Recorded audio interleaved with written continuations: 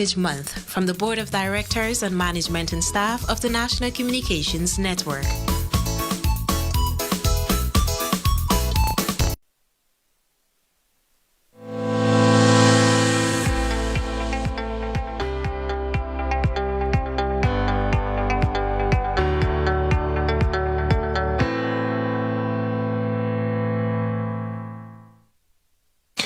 Good evening and welcome to another edition of the Business and Finance Outlook with yours truly, Joel Bagwandin. Today, I want to discuss a very important topic against the backdrop of the recently published mid-year report that presents the economic performance of the economy as of the first half-year period of 2022. And joining me in this discussion, I have a very, very important guest with me, guest, friend, and colleague, Mr. Richard Rambarran.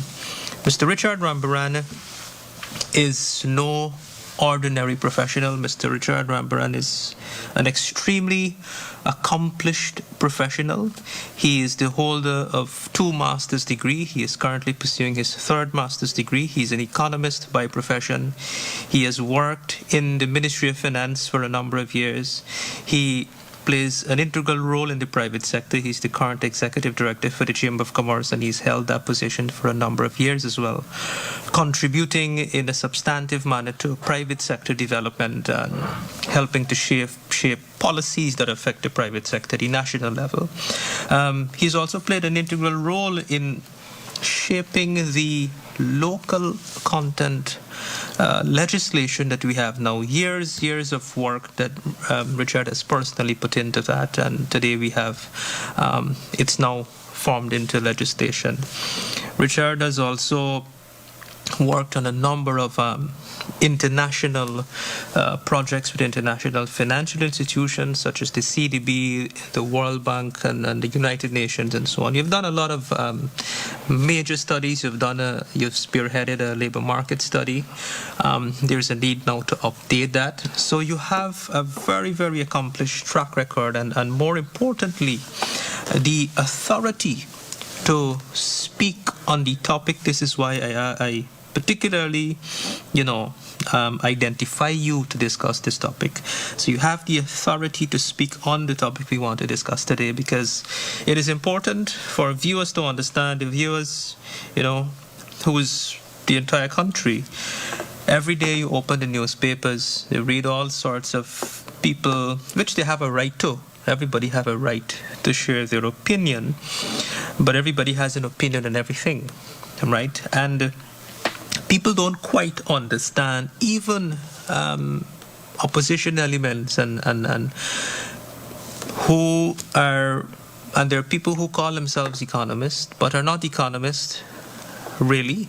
By virtue of having a first degree doesn't confer that title upon you. You need a minimum of a master's degree in economics, as well as a number of years of experience in doing actual research, not just literature research, but actual data, getting into the data, the quantitative aspect, running the models, the econometric models. That constitute research when we speak from an economist standpoint, and not just reading literature and textbooks. So, and we have people who do that and call themselves research, and so this is why I know you have published a lot of papers as well. You have done, just before we started this program, we spoke of a manuscript that you have done, I believe I saw that paper that you wrote on the Dutch disease as well. Very, very comprehensive piece of study. I would encourage you to get it finalized and published. Sure. So Richard, let me set the background of the discussion. I'm a financial analyst by training, not an economist, and from my perspective, I've historically looked at our economic performance. We've had primarily 2 different governments, and these 2 governments have fundamentally different economic philosophy, and that economic philosophy is driven by their political ideology, and there is fundamental differences in those political ideology. I have looked at where this economy was when the previous government inherited it in 2015. Now, to do a contextual comparative analysis, what I did, I'm explaining the methodology. Yeah, sure. I look at cumulatively the performance of our export of key commodities, except coal, for obvious reasons. Coal carried this economy for a long time. It's still, to a large extent, in terms of its contribution to the total export earnings, right? So when you look for the period 2009 to 2014 cumulatively, look at those export and look at the non-oil economy. Well, then we didn't have oil economy, so that was the non-oil economy. And then do a similar exercise now. It's simple, anybody could do it. You just add up all the figures cumulatively. And then do a similar exercise for the period 2015 to 2020, right? And then you look at the difference between the two cumulative figures. And what I found was the growth that was obtained during the period 2009 to 2014, which was much stronger, was much broader, meaning all the sectors performed well, and the rate of growth was stronger, was higher in all the sectors, and the export commodities, excluding gold. When you look at the period 2015 to 2020, the difference was a negative figure of 1.14 billion US. So what that means, my interpretation, the economy, we would have lost $1.14 billion in the productive output of our non-oil economy during these two periods, as well as export earnings of our economy. So when you look at it from that perspective, and what the government, the present government is doing, looking at their budget 2020, 2021, 2022, 2020 reversed a number of measures, tax measures that were implemented, fees, VAT, a long list of VAT items, reverse all of those. 2021 and 2022 continued on that expansionary type policy that whereby you have reduction in taxes, removal of taxes in some cases, to stimulate private sector growth, to incentivize, to make private investment more attractive, right? That's how you grow an economy and attract investment in the sectors that you want to attract, right? And so fast forward to the media report, which is the subject of discussion, the question of the Dutch disease, the paradox of the Dutch disease, I would call it. It's now dominating the newspapers' columns, the newspaper letters. There's the Dutch disease here, and the basis for this is interesting. One economist, one person who called himself an economist within the other side of the political spectrum merely looked at the reduction in the sugar in two main subsectors in the agriculture sector, which is rice and sugar, would have contracted relative to the corresponding period last year. But that reduced output was really on account of inclement weather. You had the flood. There were other setbacks and rice don't grow overnight, right? When I used to work in the bank and used to look at extending credit to rice farmers, there are 2 crops a year. Right, so every 6 months you have an income coming in from that activity. The same for sugar. You have different period of different crops per year. So if you have inclement weather and those other factors that we can't control, it will affect your overall output. Absolutely. But the overall sector, right? There were other subsectors that outperform. And it was evidence of what the government is doing deliberately to push that sector. Livestock, for example. There are deliberate policies and strategic allocation of resources by the government to drive up the livestock industry, and the wholesale and services industry. You've seen some massive growth in that subsector as well. construction sector, manufacturing sector declined because of other factors, reduced output in a few subsectors, high input cost as a result of importation, right? So this is the broad background that I want to set the discussion. I would have myself contributed to this debate in the press, but from a financial analyst's point of view, there hasn't really been much. You and I shared the screen not so long ago on the same mid-year report, but we didn't get to go into much detail. So I want to use this opportunity to delve into the subject matter from some different angles and to get some more, a little bit more insight into it, your perspective. Sure. Firstly, Joel, thank you very much for your kind introduction of me. Thank you also for your overview of the economy, what has happened historically, and of course where we are positioned today. That of course has made my job a little bit easier here this afternoon.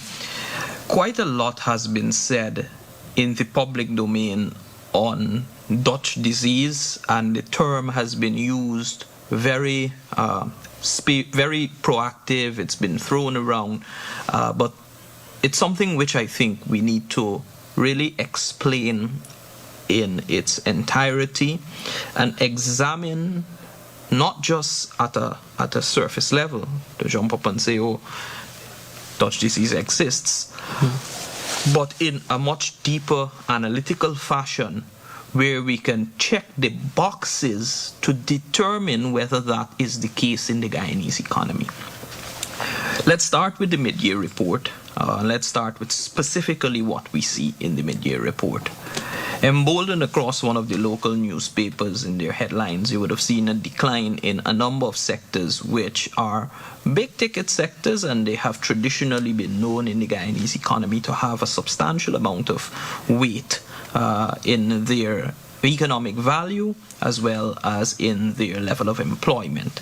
These include rice, sugar, manufacturing, and gold, and they have declined. You gave a very succinct introduction in that regard, and very pertinent. Where I think it's puzzling for the average reader, the non-technical reader, is that how is it that these sectors which we have seen as being big ticket, which we have seen as being carrying the economy, quote unquote, over the years, or key sectors, how is it that those sectors are in decline, emblazoned across the front page of a newspaper, but yet we are recording 36+% of growth, and we're also recording 8.3% of non-oil economic growth. That means, of course, for the average viewer, the non-oil economy, everything outside of oil and gas, grew on average by 8.3%. This is an important starting point for us. And the proximate genesis of the discussion ought to be on that, because we need to thoroughly examine what it is that has happened. Sugar and rice have really been undertaken in a traditional agricultural form in Guyana. And as such, without the infusion of technology to be climate resilient and climate smart, you will find that the subsectors are still heavily impacted by inclement weather, which we are well aware happened strongly throughout the first half of this year. I mean, we've seen downpour that we have never seen on average in this country, and this is naturally as a result of what is happening in terms of the climatic condition and the reality of climate change. The same occurs in the gold sector. The same has occurred in the gold sector.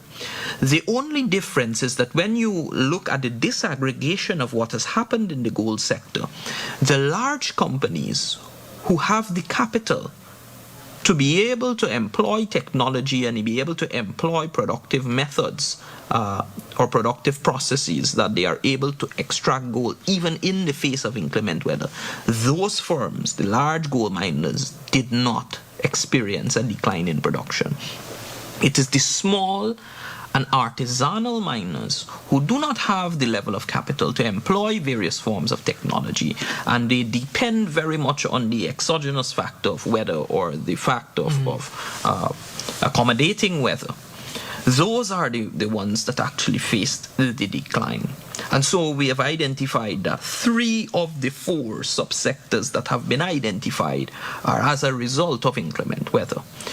The 4th is that of manufacturing, which declined. Just to interject quickly, as a result of inclement weather and not as a result of policies, that's the distinction. Yes, so policy. I'll take the discussion there when I'm finished with this bit, because that's a very important point. As it relates to manufacturing had a decline of roughly about 1%. In my view, Joel, that when we apply that decline of 1% to the context of the global economy, where you have had supply chain shocks, you have had rising energy prices, you have had increase in transport costs that is concomitant with the energy or with the oil price, you have had a shrinkage in demand in certain types of commodities because of an inflationary situation. When you look at all of that, negative 1%, and you look at the rate of growth of manufacturing contraction in other economies, we still are better off than them. But notwithstanding, that sector also declined. You have also very poignantly highlighted in the past programs which we have done that also because of what is happening in terms of the economy, manufacturing companies having increased input costs. Obviously, if a price increases, basic economics would tell us that the demand for it would decline, and it would naturally or consequentially affect the firm's output.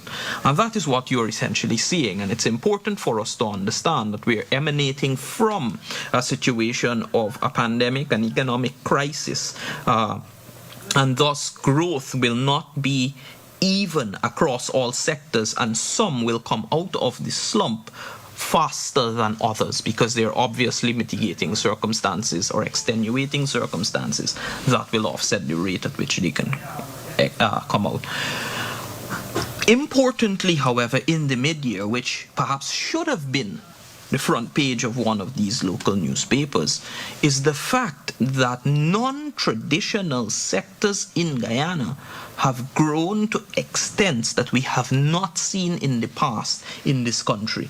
These include other crops, which of course speaks to His Excellency the President's vision and drive for corn and soybean production and deliberate policy measures in that regard. We have seen livestock increase. Of course, we know that the government has been working in that area. We've seen the resuscitation of the forestry and the bauxite sector. Deliberate policies again. And we have also naturally, I don't like to touch on it too much because it's obvious, but we've seen the oil sector, what that's doing. And we have also seen construction as well as wholesale and retail trade growing at percentages that they have not grown in the immediate past. When you juxtapose this type of growth alongside what you were saying about the particular period of time that the previous administration would have managed the macroeconomy, you see a marked difference in the way that it is being approached, the macroeconomic management. And it is for that reason that production as well as productivity of both sectors, of all sectors, are rising, of those sectors that I would have mentioned. They are not by or as a result of happenstance or that people just feel like doing more. The economic conditions are conducive in terms of the internal economic conditions. The reversal of many of the onerous taxation policies has also accommodated. The fiscal program of government is also accommodating of private sector development, and it is for that reason and not by happenstance that we are seeing such a growth rate. So I wanted to premise the beginning of that by setting the macroeconomic context. Now, the discussion has been had that because we are seeing a decline in sugar, rice, and gold, that we are somehow inflicted by the Dutch disease, which has been oftentimes bandied about in the public domain. And we have not examined closely the meaning of the Dutch disease, the channels through which they operate, and the parameters within which they operate, as against or within context of our entire macroeconomic performance. So that is what I intend for us to do here today as an exercise. Right. So before we go on, you landed nicely. So for the viewers, before you get into the analytics, and I want you to touch on something else as well. Tell us, by definition, what is this Dutch disease in theory, and what is this natural resource curse? Because what I see happening, people are using the two terms interchangeably, but it's not the same. So could you explain the two terms and what it is by definition, and delve into your analysis? Thank you. And that actually is exactly where I was going. There has been long identified in development stories about countries over time, and when we look at economic histories of countries, there has long been the observation of a particular concept called the paradox of plenty. And so conceptually, the paradox of plenty essentially means that when you are talking about economic growth, you're essentially talking about growing what you have in your country. But some countries which have been blessed with natural resources, in the sense that they have plenty, and there's a lot happening in the country in terms of its endowment of natural resources, those countries have been observed historically to be poor. So the paradox of plenty has been seen historically throughout all societies. The Roman society, we have seen it happening in the past, we have seen come throughout economic history. I won't get into that detailed discussion. Where modern economic literature picks up, or modern development literature picks up the discussion, is that there seems to be a correlation between the endowment of natural resources and the performance of countries. This has been said to be a curse, in the sense that we have seen a number of countries with natural resources endowment unable to perform at a rapid economic pace, or they are unable to have their economies emerge as being leaders. Whereas when juxtaposed alongside countries that do not have heavy amounts of natural resource endowment, for example Singapore, I'll just use that, or the other East Asian tigers countries, those countries tend to perform at a much more rapid pace. And so the natural resources curse is the actual economic definition of what it means when a country has natural resources. It is theorized and observed that there is a tendency for those countries to not perform as well as one would expect. The natural resources curse takes on a number, or the resource curse, let's shorten it to that. The resource curse operates in development literature through two main channels. One is that of the economic channel, and the second is that of the institutional and political channel. The Dutch disease as a concept falls into the channel of resource curse, called the economic channel of the resource curse. And so the Dutch disease is actually a subset of the overall discussion on resource curse. The second dimension of it deals with the institutional and political channel, where, just very briefly let me adumbrate, where countries may fail to institute appropriate institutions as well as policy institutions to mitigate the resource curse. That's one element of it.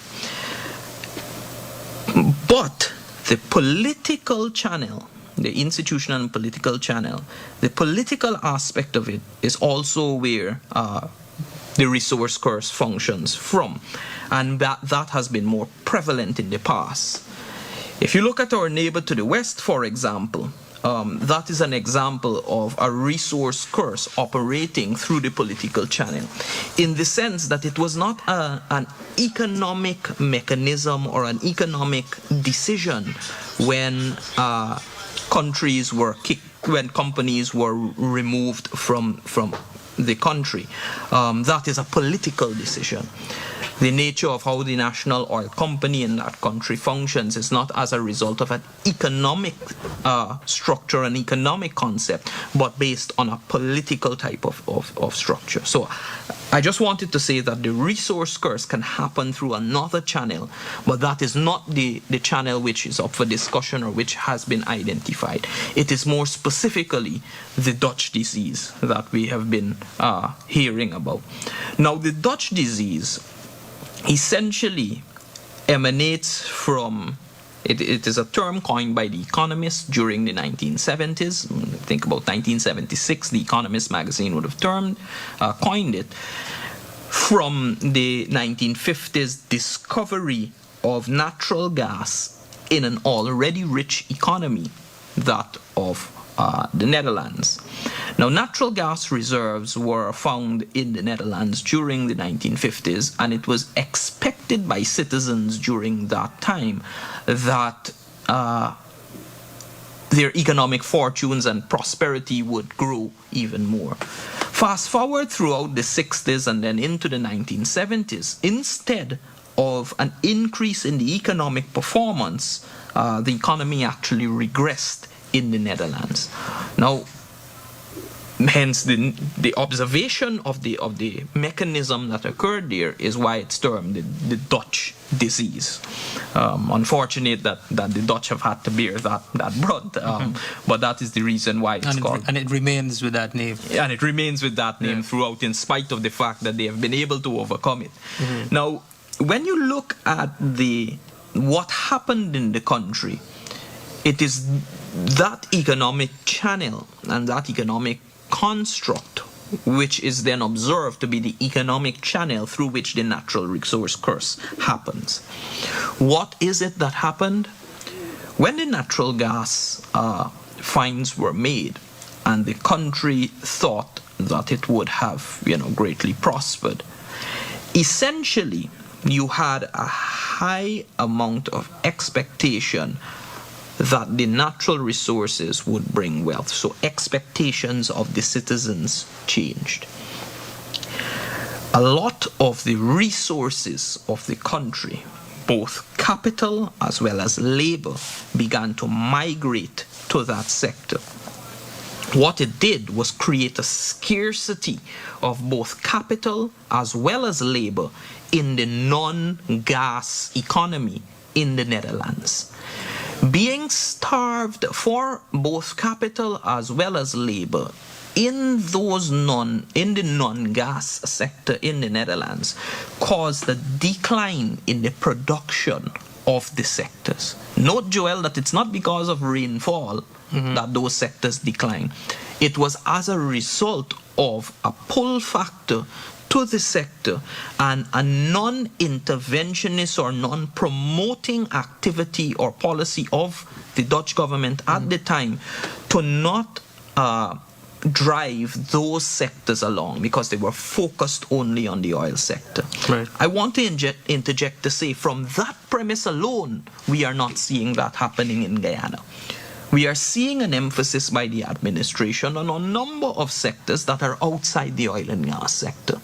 His Excellency the President, for example, is the chair of the Caribbean Committee on Agriculture, and he heads that up. Regional food security, regional energy security, and if I may interrupt you a bit, you've made an important point, whereby the Dutch disease that you're explaining there was obtained as a result of non-intervention by the policymakers and not by inclement weather or any external factor that were outside of the control of the policymaker. Precisely. And we see that was exactly being, that we see a replica in the recent past. And I'm talking about 2015 to 2020. And if you look at the former finance minister, his policy and his posture, and everything that the previous government said for that 5 years period, everything was banking on the oil sector. Right? Albeit there is no big focus in terms of developing the oil sector, institutionalizing the sector, like, for example, local content policy, putting the institutions in place, and so on. Right? No big move or a rapid move in that regard, or substantive move in that regard, but just banking on what the oil sector would bring, the economic rents that the oil sector would bring, the royalties and the profit oil revenues.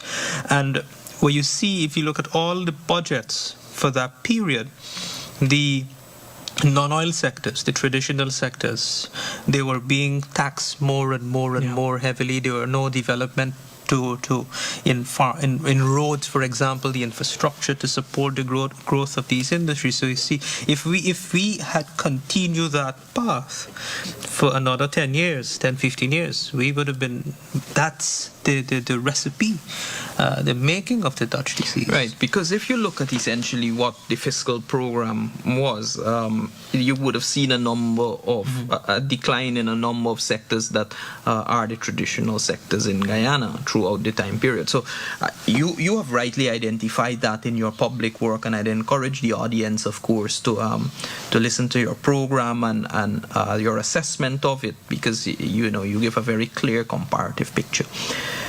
Let me just go back to the Dutch disease discussion that we were having, the genesis of it. Now, when the labor and capital migrated to that sector, the gas sector in Holland, you found that if someone in the non-gas sector, if a company in the non-gas sector wanted to attract either capital or labor, right, so either capital or employees, they had to offer a rate of return that was comparable with the oil sector, as well as they would have had to pay wages or salaries that would be the equivalent of the oil and gas sector. Now, what that did is that it shut down a number of those sectors because they were unable to pay that rate of return. For those, for that rate of salary, as well as give that rate of return. For those companies who continued to operate and who were willing to pay something comparable, they became so uncompetitive in the international context because of this sudden appreciation, because of this sudden increase in salaries, this sudden increase in terms of investors' expectations, in terms of consumers' expectations, etc. They became so uncompetitive that they had to essentially shut down, or they were suffering tremendous losses. There are a couple of other dimensions too in terms of the economic channel. It begins to get very technical, but you also see one of the other things is a massive appreciation in the value of the currency, which then offsets the competitiveness of the exports. I'll stick a pin once again to talk about what's happening in Guyana as it relates to that. You would have seen a couple of months ago, the Vice President, Dr. Jagdeo, would have mentioned that we ought to be very careful about how we allow currency appreciation to happen in Guyana, and that deliberate policy measures are being taken to ensure that there is a stabilization of the exchange rate. That by itself, Joel, then mitigates, is a policy measure to then mitigate another channel through which the Dutch disease can happen. Anyone can pick up the mid-year report and take a look at the annex, the appendix of it, and you will see, or even if not that, the Bank of Guyana's report, and you will see in that report the stability of the foreign exchange, the foreign exchange. Correct. And if I may add a little bit there, and as the premise of your argument and my argument that the Dutch disease is not present, we have been fortunate to stop it. 2020 reversed those policies. If we continue, we would have been getting there, right? So with those policy measures from 2020 to now, an intervention, deliberate intervention in terms of how the macro management of the economy, macroeconomic management of the economy, the report stated that the exchange rate appreciated marginally by less than 1%. Well, that is expected in terms of correct. fluctuation. But if you look at the trend of the exchange rate up to 2009, we are still not at the 2009 level. So my definition would be, if there is going to be signs of one element of Dutch disease using the exchange rate, appreciation of the exchange rate, we have to go beyond the 2009 level. We ain't close to there yet, right? Exchange rate in 2009 was less than was under 203, somewhere around there.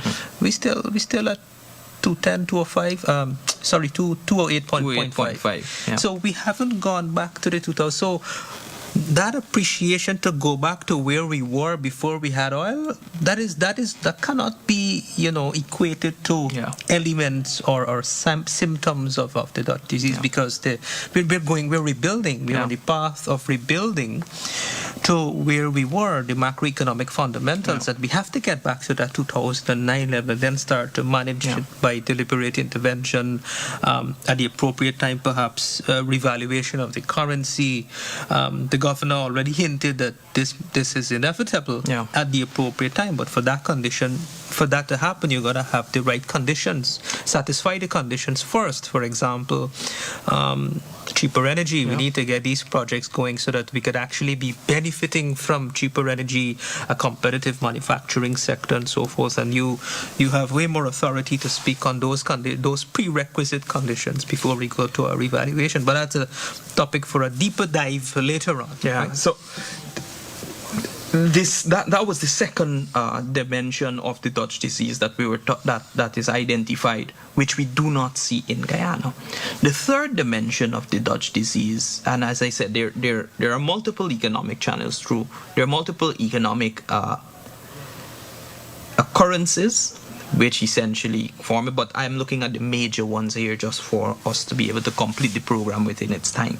But a third major one is that you end up with a rapid amount of accumulation of funds or savings in the banking sector.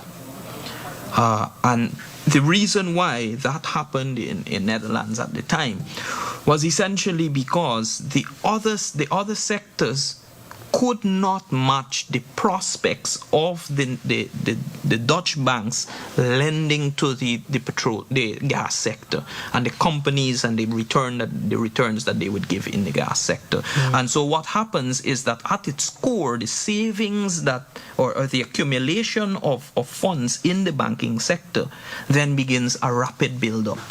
If one takes a read of the performance in the mid-year report, and you look at what's called the market for loanable funds under the segment of monetary sector, you'll see that you have actually a high amount of lending that is occurring from the banking sector. And so the market for loanable funds in Guyana is very active. And you don't have that rapid build up of savings, which will then cripple capital from going to the rest of the economy. You have the banking sector lending to a number of and if you sectors. And if you look at the level of increased credit to private sector, it's distributed across all the sectors. Precisely. And matter of fact, if one takes it in a practical sense, you'll actually find that the increase is attributed almost solely to the non-oil economy. Yeah. Right? Because tier one contractors and operators are not borrowing from our commercial banks, right? Foreign capital. Precisely. They have foreign capital, and they're coming with money raised on different international capital market structures and different financial channels. So that is the third main dimension, and we don't see that happening in Guyana. There are others, but in the interest of time, I'll stick to just those. And then but the final one that I really want to drive home is that you do not have Dutch disease, Joel, occurring in an economy where non-traditional sectors are growing. It is almost unheard of, perhaps completely unheard of, but I'm just giving a leeway for perhaps maybe my ignorance of a particular country or occurrence. But it's almost virtually unheard of that a country that is deemed to be suffering from Dutch disease has non-traditional sectors growing. Construction could not have been booming if we were suffering from Dutch disease. Other crops, non-traditional crops, could not be rapidly uptaking if we were suffering from Dutch disease. Wholesale and retail trade would not be booming to levels not witnessed historically if we were suffering from Dutch disease. You would not see the livestock sector on the up if we were suffering from Dutch disease. And then the same, of course, goes, but to a lesser extent, for forestry as well as bauxite. And more importantly, Richard, those sectors that you have named that are booming as a result of deliberate policy intervention of the government, because they want to achieve the government has a clear vision for the country. To achieve that vision, we have to implement the right type of policies to achieve it. We have to allocate resources, our development plan. So the construction sector is driven largely by the housing drive, which is a public sector driven investment, and then you have the private sector, private sector as well, which the private sector is being supported by government's focus incentives and incentives on accommodative environment, accommodative framework, and then all the other sectors, agriculture, deliberate policies, and so livestock. Deliberate policies, ecotourism, the tourism sector, the service industry, all these are as a result of deliberate intervention. The cash grant program would have largely contributed to that spike in the retail sector. So with that, I think you have done, in fact, a very comprehensive analysis and review of where we are in terms of explaining what is this Dutch disease and this natural resource curse. Having said that, we have just over 2 minutes remaining. I want you to take this remaining 2 minutes now to tell us about from an economist's perspective, the outlook, the outlook of where we're heading. And lastly, your closing remarks. What do you have to say to the viewers? And the viewers are the ordinary Guyanese as well as the business community at large and the informal business community. Sure. So, Joel, thank you for that. I identify 4 main things in terms of the economic outlook that have already been tapped for government policy, government action, as being areas in which the intervention and the crafting will be able to mitigate any infusion of Dutch disease or any occurrence of Dutch disease in Guyana. The first, most importantly, and perhaps least spoken of, is the gas-to-energy project and the impact that will have on mitigating the Dutch disease. Why is that so? The single most binding constraint that makes our private sector in Guyana uncompetitive is energy.